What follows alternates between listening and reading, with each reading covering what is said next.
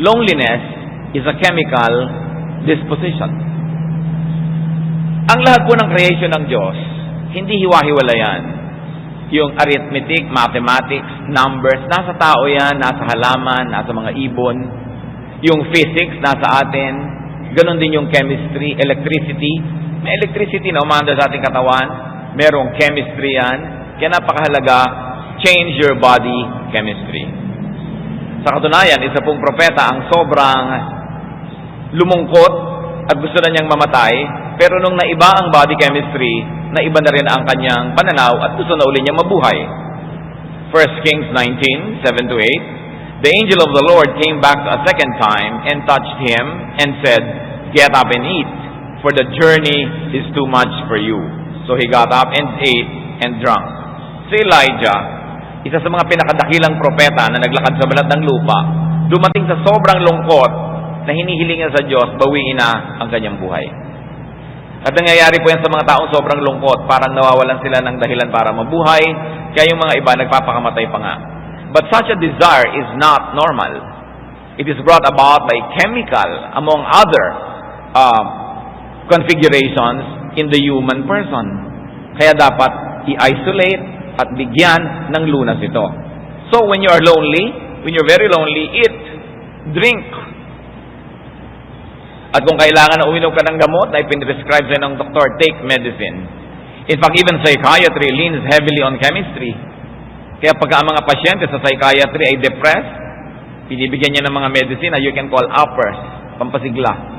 Pag hyperactive naman, binibigyan ng downers para medyo humupa-hupa at pumayapa. So we are chemistry. Kailangan na ibinabalanse yun. Kaya kita ninyo, pagka ang mga kababaihan ay nagme-menopause, and they say there's also such a thing as a male menopause, chemical changes happen in the body, naiiba yung mood, nagkakaroon ng mood swings. Chemistry. Kaya yung mga babae, pag meron sila mga monthly period, ano nangyayari? Meron sila kumisang kakaibang mga nararamdaman sa katawan na nagpamanifest sa kanilang asal, sa kanilang ugali. This is chemistry. So eat, drink, take medicines. And there's a very easy and in fact a free way to change your body chemistry. Cry. Umiyak. No? Napakahalaga yon na pinapalitan mo ang iyong body chemistry. Katulad lang ni Haring David. Nung namatay ang kanyang anak, kumain siya, naligo siya, pinalitan niya yung situation ng kanyang katawan, samantalang nung naghihingalo at merong sakit ng kanyang anak, kaya siya nag-fast, di siya kumain. Pero nung namatay na, sabi niya, wala na akong magagawa, patay na, kakain ako. Dahil sa sobrang lungkot niya, pinalitan niya ang kanyang bodily chemistry. In fact, people of ancient civilizations believed in the therapeutic powers of crying.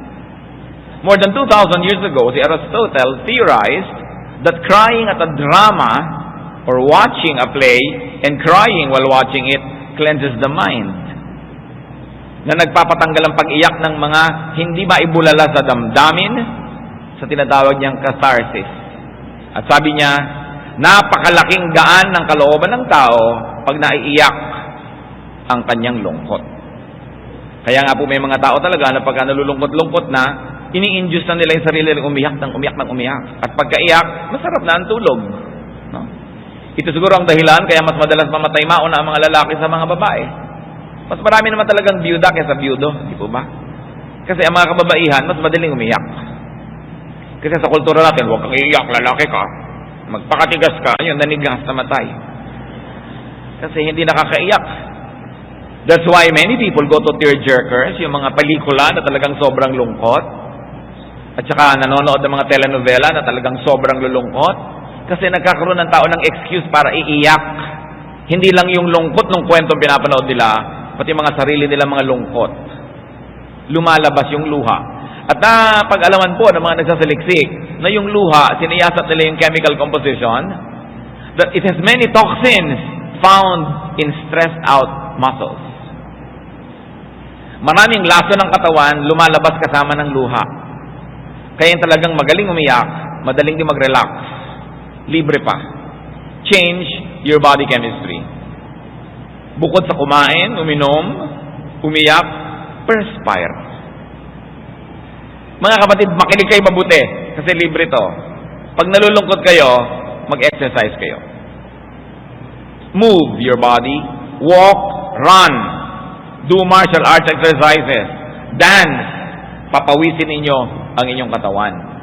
Sinabi na namang dalubhasang nag-aral na ang paggalaw ng katawan ay talagang nakakapagpagaling maski ng mga sakit.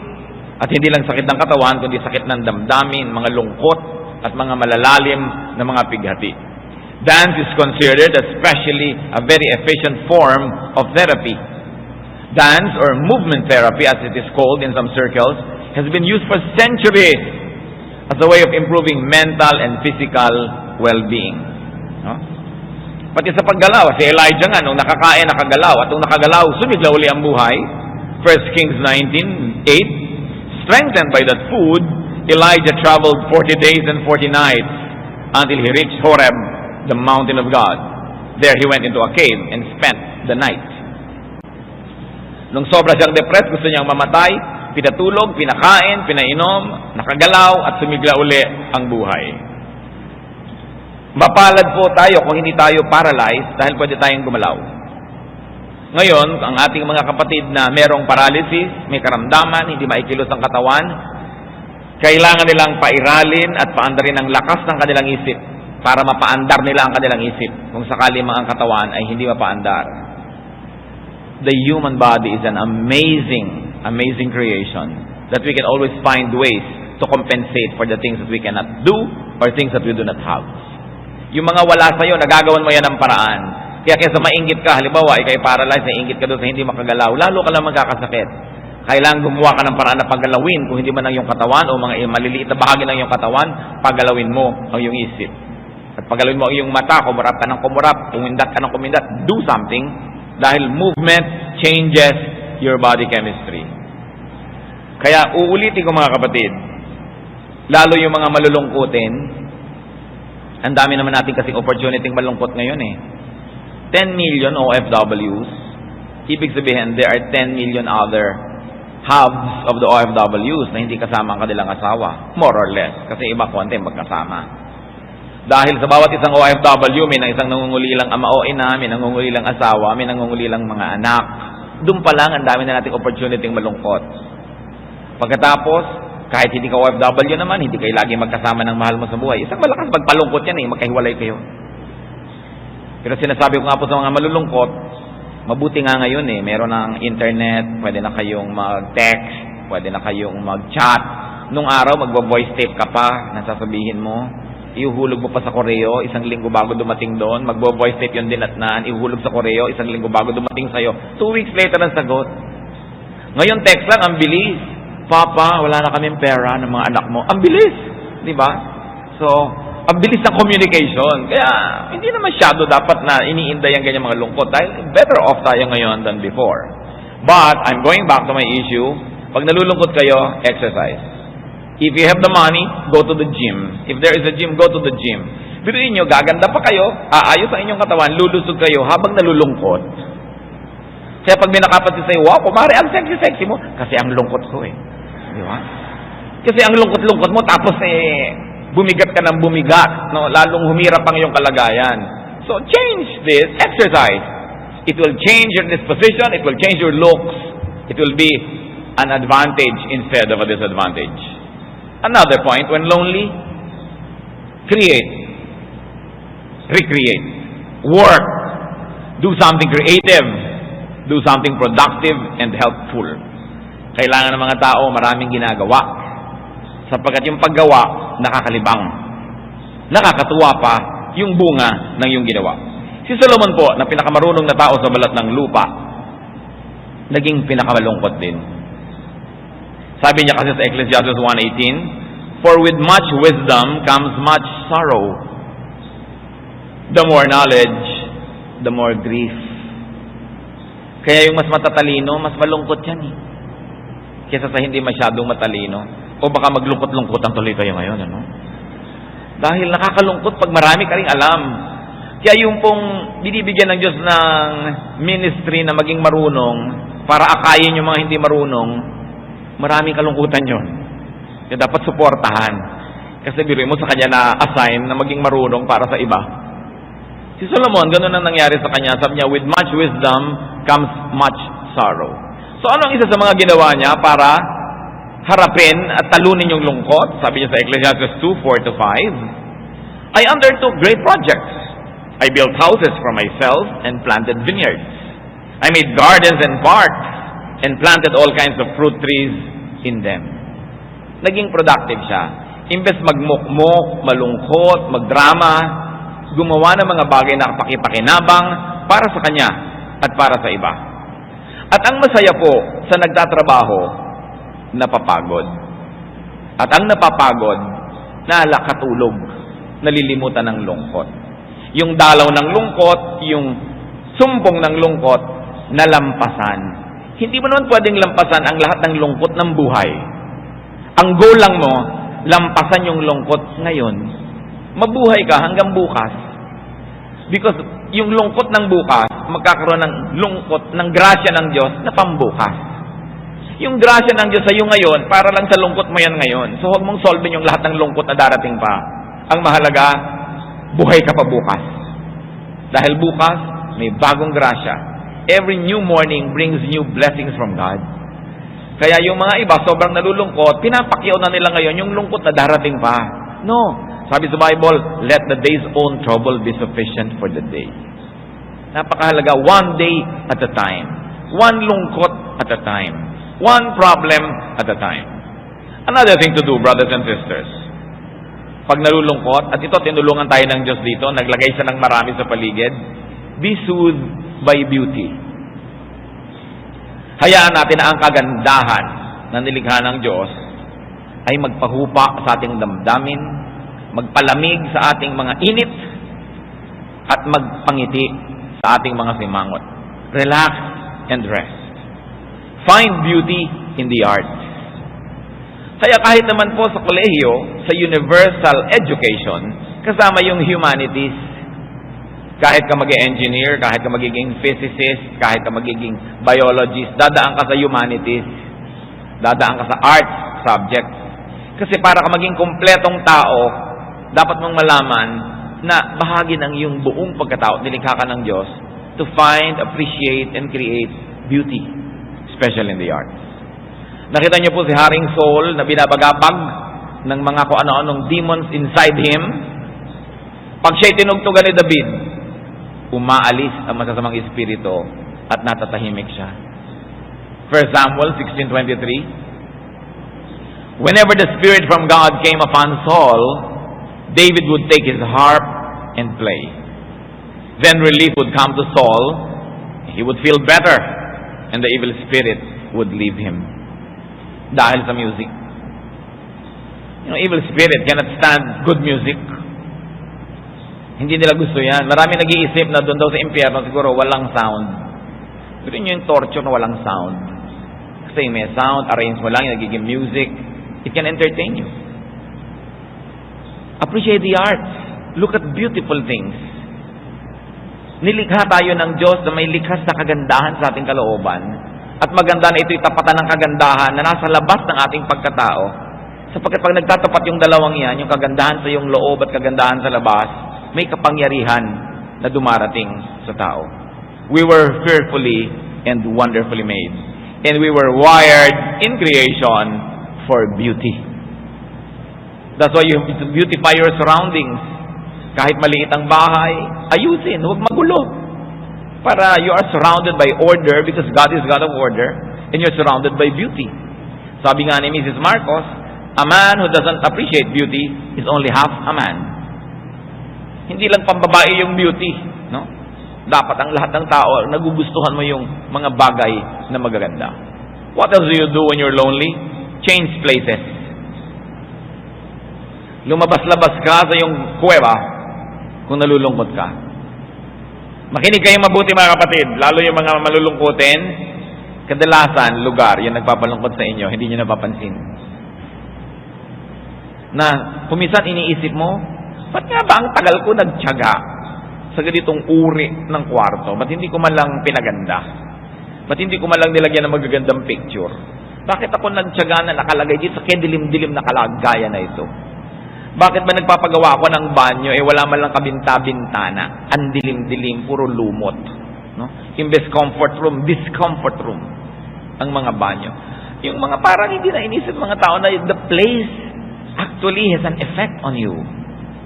Hanggat maaari, as much as safety or other practical considerations will allow, have open windows. Let the wind blow inside your house. Kailangan palitan yung scenery. No? Change your environment. Get out. Breathe fresh air. At salamat naman, meron namang napupuntahan ng mga park. Meron namang mga tabing dagat. No? Diyan nga mapalad yung mga taga-probinsya. Ang daming open spaces. Sa mga taga-Maynila naman, ibang mga city, may mga mall naman, may mga park. Breathe fresh air. And when possible, look out at distant views. Yung eto lang yung dingding, kaharap mo lang lagi, nakakalungkot yan, hindi napapansin ng mga tao. No?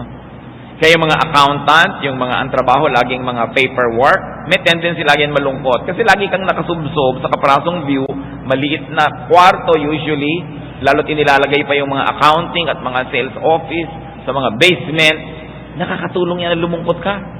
Ngayon, kung hindi mo yun magawa, mapalitan kasi empleyado ka doon, every time that you can, go out and enjoy great scenery and great vistas. Nilikha ng Diyos sa mga tanawin para magdagdag sa ating kasiyahan. Kaya pag pinutol natin yung connection natin dyan, nagkakaroon tayo ng karagdagang kalungkutan na hindi natin naiisip. Yun pala ang dahilan. Ngayon, kung iniwan ka pa ng papa mo, tapos ganun pa, nakasubsub ka pa doon, dumadagdag talaga yung kalungkutan mo. No? Napakahalaga na gagawin mo. Change the environment. Pati si Ruth, si Naomi, no? Sa book ng Ruth, namatay ang kanyang mga anak, namatay ang kanyang asawa, so change of scenery siya. Anong ginawa niya? Uuwi na lang siya sa kanyang bayan. Aalis na siya doon sa lugar ng kalungkutan. Lahat na lamang ng mga kwento doon nagpapaalala sa kanya, no? Gusto niyang kumanta na, how can I forget you when there is always something there to remind me? Ipalitan mo yung view mo.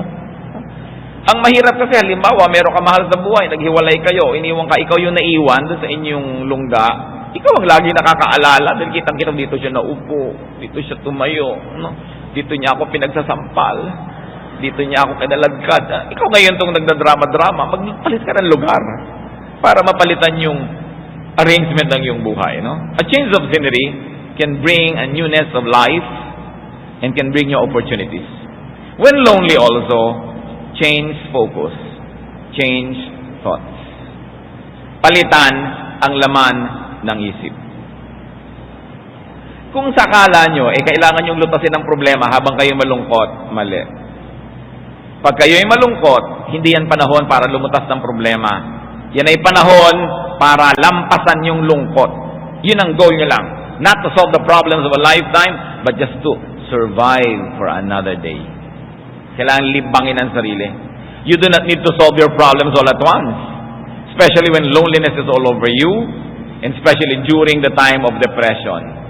Nalulungkot ka na, magpa-problem solve ka pa, di lalo ka lang nabigatan. Dapat, ang goal, kailangang palayasin ang lungkot na ito. So far, paano tayo papalayas? Kakain, iinom, mag-exercise, lalabas, papalitan yung scenery, etc., etc. No? The important thing is to survive the attack. To survive for another day where there will be another supply of God's grace. Sabi sa Bible, your blessing is new every morning. Pag sinabi nyo, gutom na gutom ako, uhaw na uhaw ang aking espiritu, gusto ko nagmamatay. Pero sabihin, no, hindi ako mamamatay ngayon kasi bukas may bagong supply ang Diyos. Darating yon. Kailangan, nandun ako pag dumating yung blessing na yon. Hindi ako nakalibing. Kailangan niya ng policy ng tao. No? 2 Samuel 12:22-23. Nung namatayan itong hari, no? While the child was still alive, I fasted and wept. I thought, who knows? The Lord may be gracious to me and let the child live. But now that he is dead, why should I fast? Can I bring him back again? I will go to him, but he will not return to me. Ito po ang wisdom ni David. Meron siyang anak na nag-aagaw buhay. Habang nag-aagaw buhay, hindi siya kumain, hindi siya naligo, nag-fast talaga siya, nanalangin lang nanalangin. Hindi ngayon malaman ng kanyang mga tauhan kung paano sasabihin sa kanyang namatay na ang bata. Sabi ng mga tauhan, kung nung buhay pa, ganyan ang nangyari. Hindi kumain, pinabayaan ang sarili, ano pa ang gagawin niya ngayong namatay? Hindi nila malaman na sasabihin, halata ng hari na sila'y balisa. Bakit kayo ganyan? Patay na ba? Opo, patay na. Nagulat sila sa ginawa ni David. Naligo, nagbihis, naglotion, nagpaluto, kumain.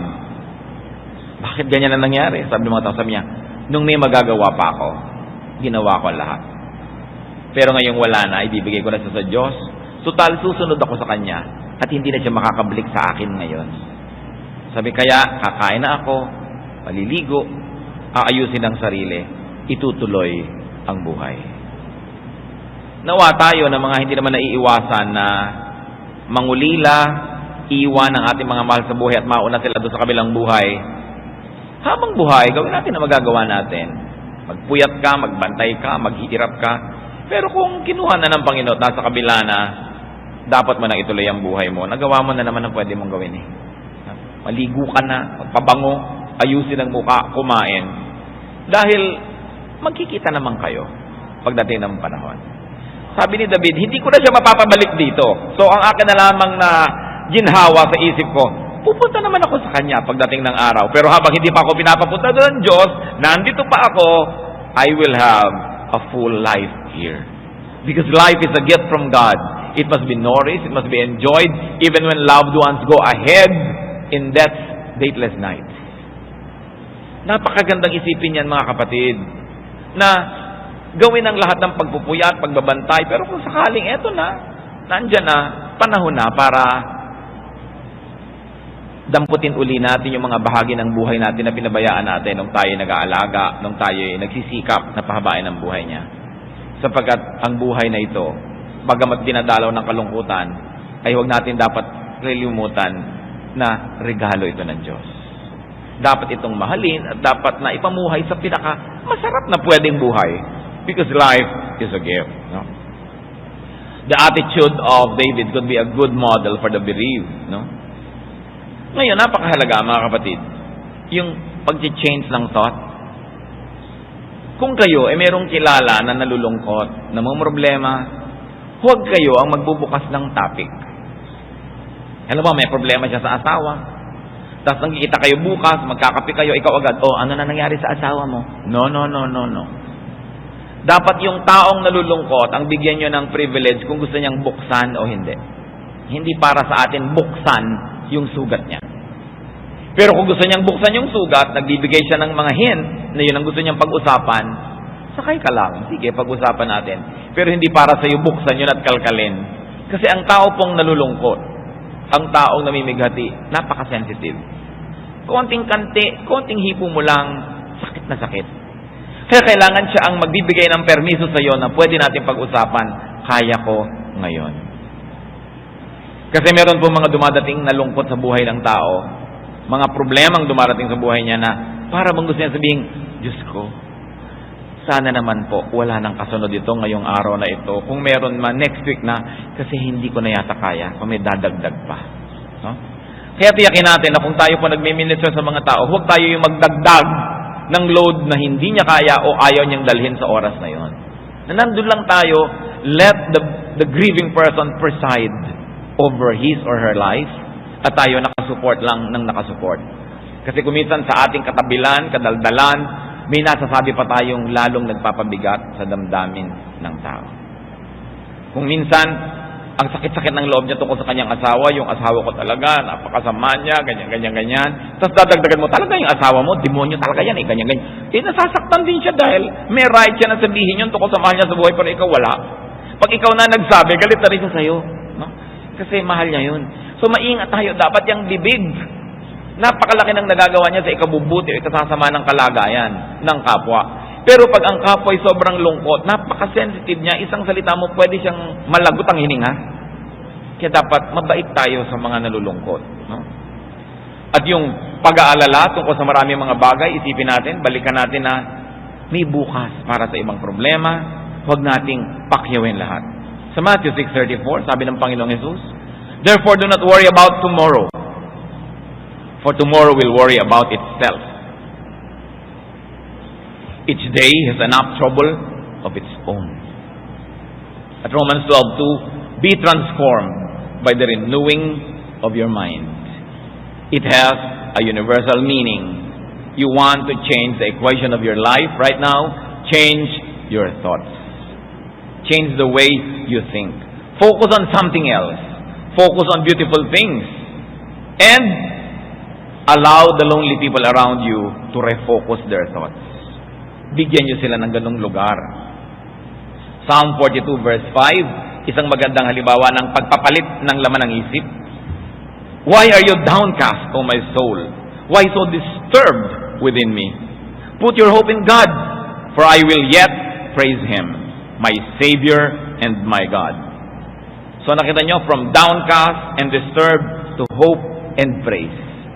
Sabi niya, bakit ka nga ba nalulungkot? Ha? Kaluluwa ko, sarili ko, kalooban ko. Bakit? Tigilan mo yan, sabi niya. Bakit sobra ka nababagabag? Umasa ka sa Diyos. Purihin mo ang Diyos at maiiba ang lahat. So kung nalulungkot na nga, huwag nang dagdagan man ng lungkot, ibahin ang iisipin. Philippians 4:8, finally brothers, whatever is true, noble, right, pure, lovely, admirable, if anything is excellent or praiseworthy, think about such things. Yan ang pagtuunan mo ng pansin. Sabi niya, yung maganda, yung mabuti, yung kahanga-hanga, yung nakakapagpasaya, yung nakakapagpaangat ng damdamin. Yan ang pagtuunan ng pansin. And very importantly, when you're sad, do something enjoyable. Have you heard of one of the most effective therapies of all? It's called retail therapy. Shopping. No? Napakalakas magpalibang ang shopping. Sasabihin niya, walang pera, kaya sasabihin ko ang next kong mensahe, mga kapatid. Kahit gaano kahirap ang buhay, kahit gaano kayo kuminsan kakapos, mag-ipon kayo ng pang shopping money pag nalulungkot kayo. Save some money to splurge in times of loneliness. Pero kayo dapat alkansya na nakalagay sa labas, lungkot fund. Diba? Hindi ko ito gagastahin dahil masaya ako. Masaya na nga ako, gagasta pa. Diba? Hindi ko ito magagastahin na pang blowout. Hindi ko ito gagastahin dahil may gumraduate. Pag nalungkot ako, uubusin ko to. Hindi ko pag-iisipan na sayang. Kasi yung nailigtas niya ako sa pagiging baliw na hinahanap ko si Basilio, hindi sayang yon. Dapat meron kang shopping money. When lonely, put money to work. No? Sabi sa Ecclesiastes 10:19 ni Solomon, a feast is made for laughter, and wine makes life merry. But money is the answer for everything. Kita nyo?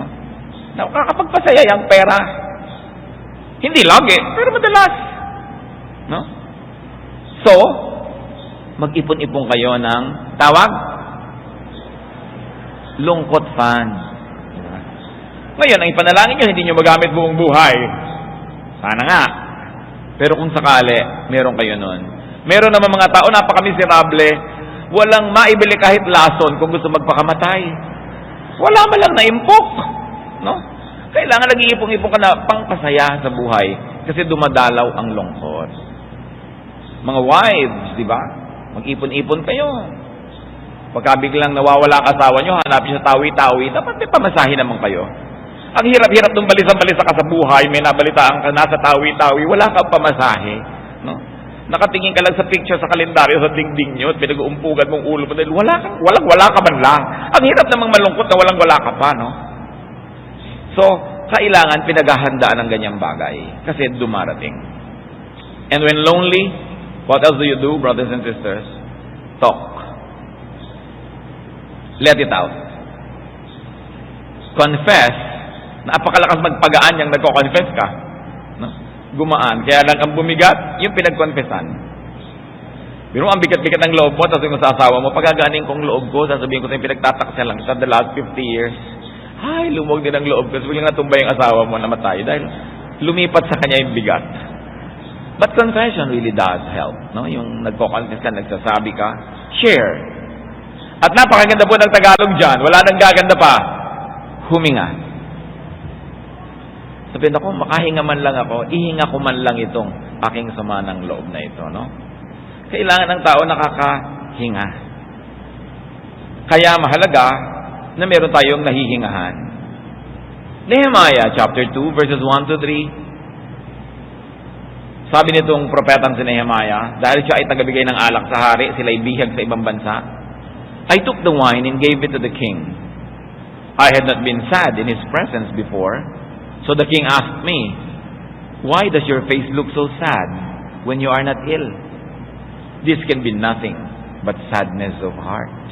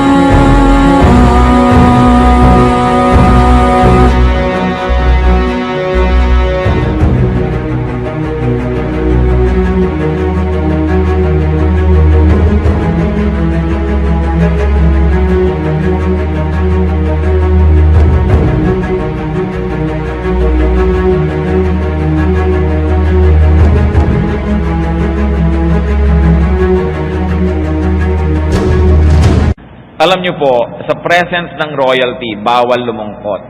Bawal ang sakit ng ngipin, bawal ang lahat ng uri ng sakit. Kasi dapat hindi mo binibigyan ng kabigatan ng damdamin ng namamahala. Sapagkat naniniwala ang lahat na kung magaan ang kanilang pakiramdam, higit lalong magiging maganda ang pag-iisip at lalo silang makakapamuno. There is such a thing as that kind of ministry, that you minister to people with high positions, you minister to people with grave responsibilities, by not making them any sadder than they already are. Kaya sinabi itong si Nehemiah, hindi ko naman ugali na magpakita ng mahabang muka sa harap ng hari. Pero sapagkat napakatindi ng kanyang kalungkutan, hindi na ilihim ng kanyang expression. At yung hari naman talaga, deserving maging hari, sensitive, marunong. Sabi niya doon sa nag-aabot, ba't ganyan ang mukha mo? Kang lungkot-lungkot. Siguradong wala nang ibang dahilan, kundi yan ay sadness of heart. At dahil na ekspresyon, nahanap ng kalutasan yung ikinalulungkot niya at nagkaroon siya ng kasiyahan. Now, because you have to share, dahil kailangan tayong huminga, pre-depression preparation is needed. Anong ibig nating sabihin? Sapagkat alam mong darating at darating ang mga araw ng lungkot at napakahalagang meron kang nahihingahan, dapat bago pa dumarating ang mga araw ng lungkot, mga kapatid, meron na tayong mga kaibigan, kapalagayang loob. Handa na silang makinig sa atin dahil matagal na rin naman tayong nakikinig sa kanila. It is very important to have confidence. Yung mga napagtatapatan mo, napagsasabihan mo ng mga bagay-bagay, kasi pressure cooker man, kailangang makahinga yung usok niya. Hindi pwedeng nandun lahat sa loob dahil sa sabog. Kaya napakahalaga nung meron ka mga kaibigan na nino-nurture mo, nino-nourish mo, inaalagaan mo yan, hindi yung sobra ka ng busy, wala ka ng time sa kanila, iniaagaw mo yan ng panahon. Na kahit yung kaibigan mo na iba yung relihiyon, na iba yung paniniwala, kaibigan mo pa rin yun, hindi na iba na yung relihiyon niya magkaaway na kayo. Hindi ka naman nakakatiyak na lahat ng kasama mo sa bago mo relihiyon, magiging kasundo mo rin, nakakaaway mo rin naman yan. Kailangan yung pagkakaibigan, ginagalang yan, kahit anong kalagayan ng tao. Siya man ay umunlad o kabaligtaran nun, umatras o umabante, siya man ay nagtagumpay o nabigo, siya man ay luminis o dumumi, siya man ay bumanal o nagkasala, kaibigan is kaibigan.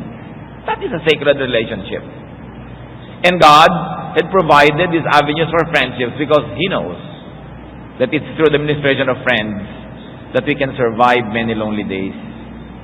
Kumisan nga yung mga mag-asawa, kaya ka lang nagsusurvive sa problema niyong mag-asawa kasi may kaibigan kang nahihingahan. Proverbs 17:17, a friend loves at all times, and a brother is born for adversity. Sinadya ng Diyos na ang pagpapakaibigan at pagiging mga kapatid ay para talaga sa panahon ng hirap, hindi lang sa panahon ng saya. Ngayon, ikaw maka-Diyos, Bible-based, born-again, evangelical Christian, Nakakahinga ba sa'yo ang iyong mga kaibigan? O nagsisimula pa lang sila dyan na judge mo na evil yan, mali yan, sin yan, hindi na makakibu sa'yo. No? Hindi ka na makaka-minister sa kanila pag ano kaka-judgmental. There is a time to preach. Sabi nga sa Ecclesiastes, there is a time for everything. There is a time to be silent. There is a time to speak. So kailangan na tayong mga kaibigan. Proverbs 18:24, there is a friend who sticks closer than a brother. It's precious to have friends. So offer your ears and listen. Hindi naman ikaw lang lagi ang papakinggan. Whenever you are the strong one, then be the listener. Be the comforter. Because your time may come when you are the one who needs the comfort, then you will be the speaker and the other person, the listener. Kadalasan naman, kahit hindi ka bigyan ng payo, yung makahinga ka lang, lumuwag na eh. Kailangan lang maihinga. At yun, ang mga wika po natin sa Pilipinas, ang mga iba natin mga wika, meron din silang word for that, nang ibig sabihin din, ihinga mo, sabihin mo, ilabas mo. So, anong payo ng Proverbs 27:10? Do not forsake your friend and the friend of your father, and do not go to your brother's house when disaster strikes you. Better a neighbor nearby than a brother far away. Hindi tayo pinipigil na pumunta sa kapatid, pero ang context nito, malayo yung kapatid mo, may kapitbahay ka, di dyan ka na pumunta sa kapitbahay. So ang moral lesson, makipagmabutihan sa kapitbahay. Kasi may mga kapatid ka man, kung malayo, maliwala rin yun. Ang mahalaga, maganda ang relasyon mo doon sa mga taong malapit sa iyo. Ngayon, kung wala kang ganitong karamay, may mga tao sumusuling sa mga professionals, sa mga psychiatrists, counselors, at huwag niyong mamaliitin, may mga nagpupunta sa mga GRO at mga hostess. Alam niyo kung bakit? Wala nang masabihan eh. Napakadalas minamasama natin yung mga babaeng ito, mga hostess sila, mga GRO, kukuya-kuya-koy, chichiklet-chiklet, nakikinig sila ng mga problema nito, mga lalaking ito, gaganyan-ganyan. Pero hindi natin alam na nakaka-minister din sila. Kaysa magbaril na yung tao dahil wala na mapagsabihan, walang mapagtapatan. At alam niyo kung bakit kuminsan sa mga ganito pa uri susuong at pupunta ang marami? Kasi judgmental tayo. Na i-communicate ba natin sa ating mga anak na ano man ang problema nila, pwede nilang sabihin? O takot sa magulang sobra? Kaya kuminsan, the parent is the last to know. Nakapitong abortion na pala yung anak, hindi alam ng nanay. Bakit kuminsan, parents are the last to know? Because we communicate to them an air of judgmentalism. That they cannot tell us certain things. No? Ayaw natin madinig. We bury our head in the sand and we pretend that the world is pink and beautiful when our own children have problems. Mga kaibigan natin, hindi nakakapagtapat sa atin. Nagbabalat kayo, itinatago ang mga tunay nilang mga nadarama. Kasi hindi tayo nakakapag-communicate ng openness na unconditional love. Kung ano ka man, ano man yung problema mo, anong naradama mo, dadali natin yan together. So hindi nagsasabi. For every person that commits suicide, there are probably 100 others to be blamed also. Dahil bakit nandyan lang sila, hindi sila nasabihan? Kasi hindi sila nakapag-communicate na pwede silang sabihan. Mahalaga ang tao nakakahinga. Pag may problema ang mahal natin sa buhay, hindi panahon yan para maging matalino. Hindi panahon yan para maging moral. Hindi panahon yan para maging correct and righteous. Panahon lang yan para magpagaling ng sugat. Panahon yan para magmahal, mag-aruga, tumanggap ng walang patakaran. At kung matino na, lumakas na yung tao, nakarecover na, kung meron mang dapat pag-aralan, doon pa lang dapat pag-aralan yan. Nakakalungkot kung minsan, ang pagsisisi lagi nasa huli, ng mga magulang, kailangan magsisi ng anak nila, naglihim ng naglihim sa kanila, lumubog ng lumubog sa problema, dahil nauna ang takot. So it's important, when we are sad, connect with people. And very especially, connect with the source of your happiness. Dali naman mag-connect ngayon. A call, a text, an email, a chat, connect ka na. No? Napakarami ng paraan ngayon para makakonect ang tao. So avoid needless disconnection. Avoid needless everything or nothing arrangement. Lalo sa mga mag-sweetheart.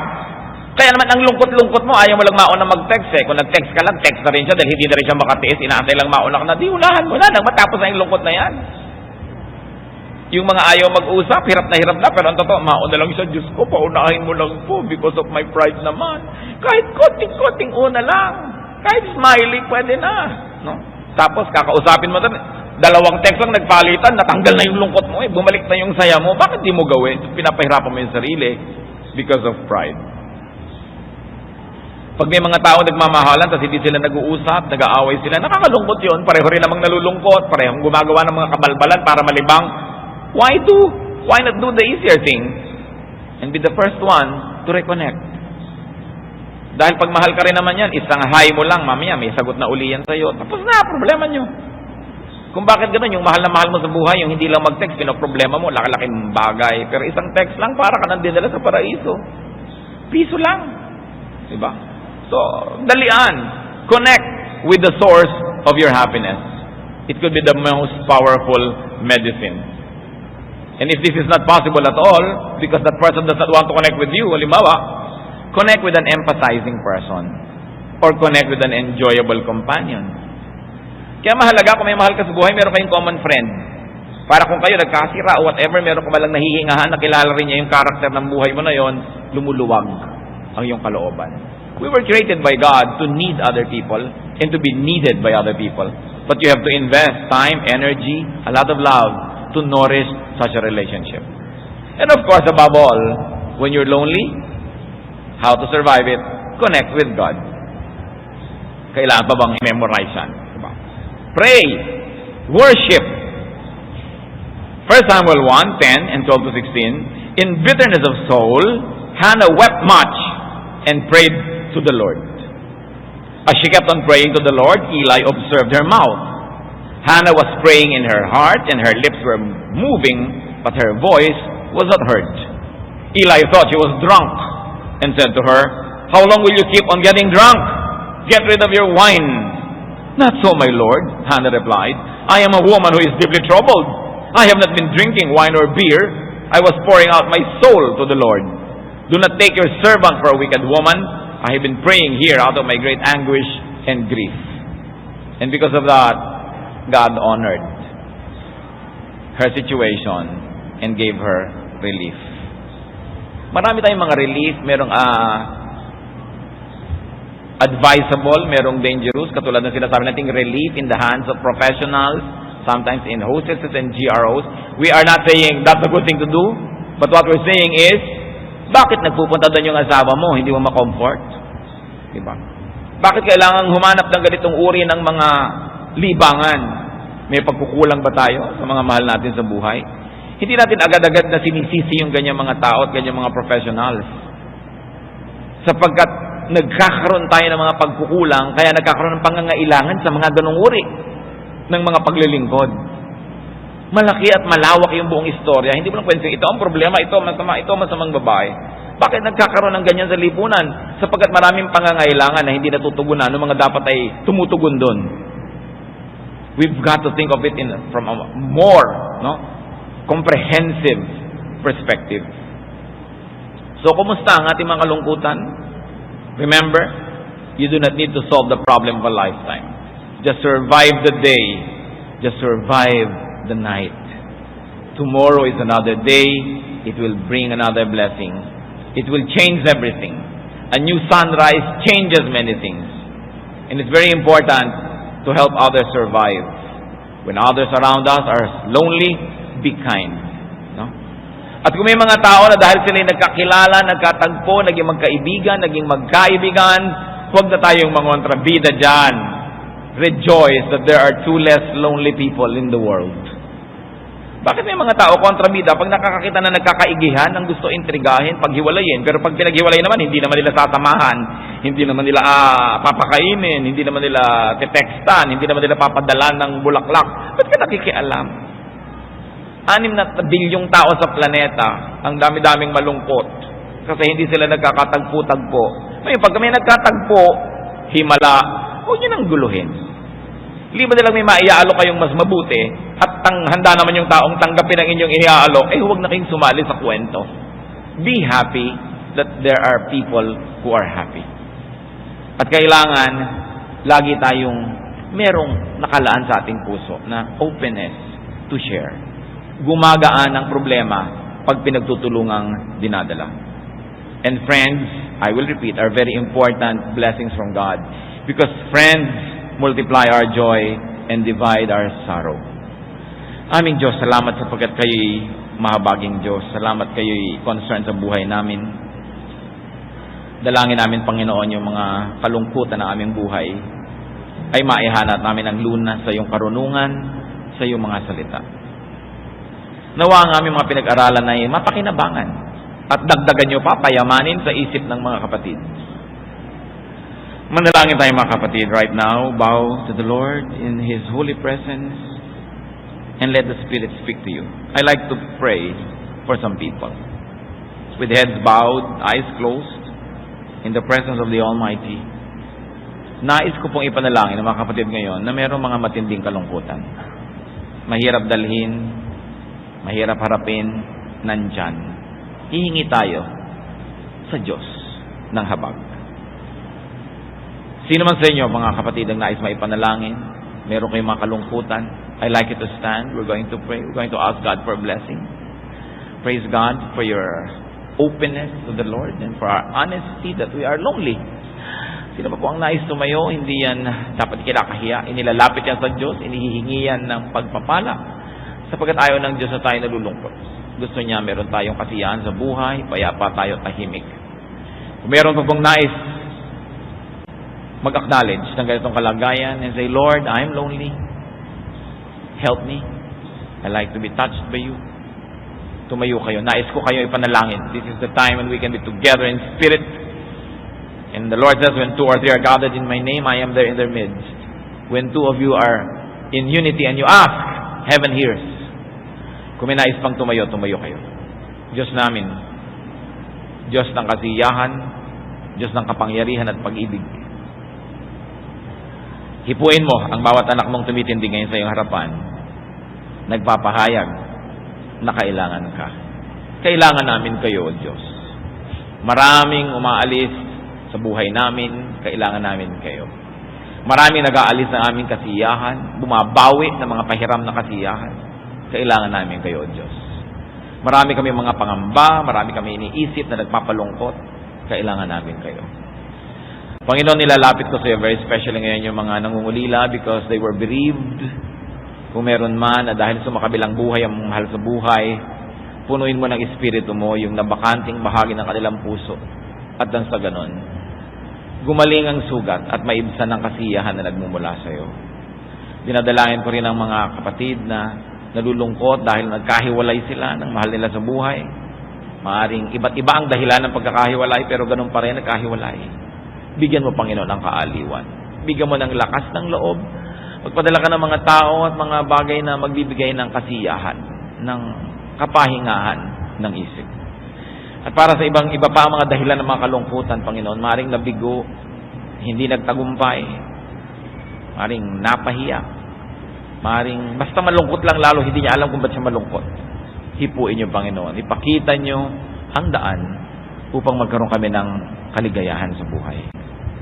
At nawa kami, Panginoon, maging sensitive sa bawat isa, na huwag kaming humadlang sa kaligayahan ng aming kapwa, lalo't hindi naman ikasasama ng sangkatauhan ng kanilang kaligayahan.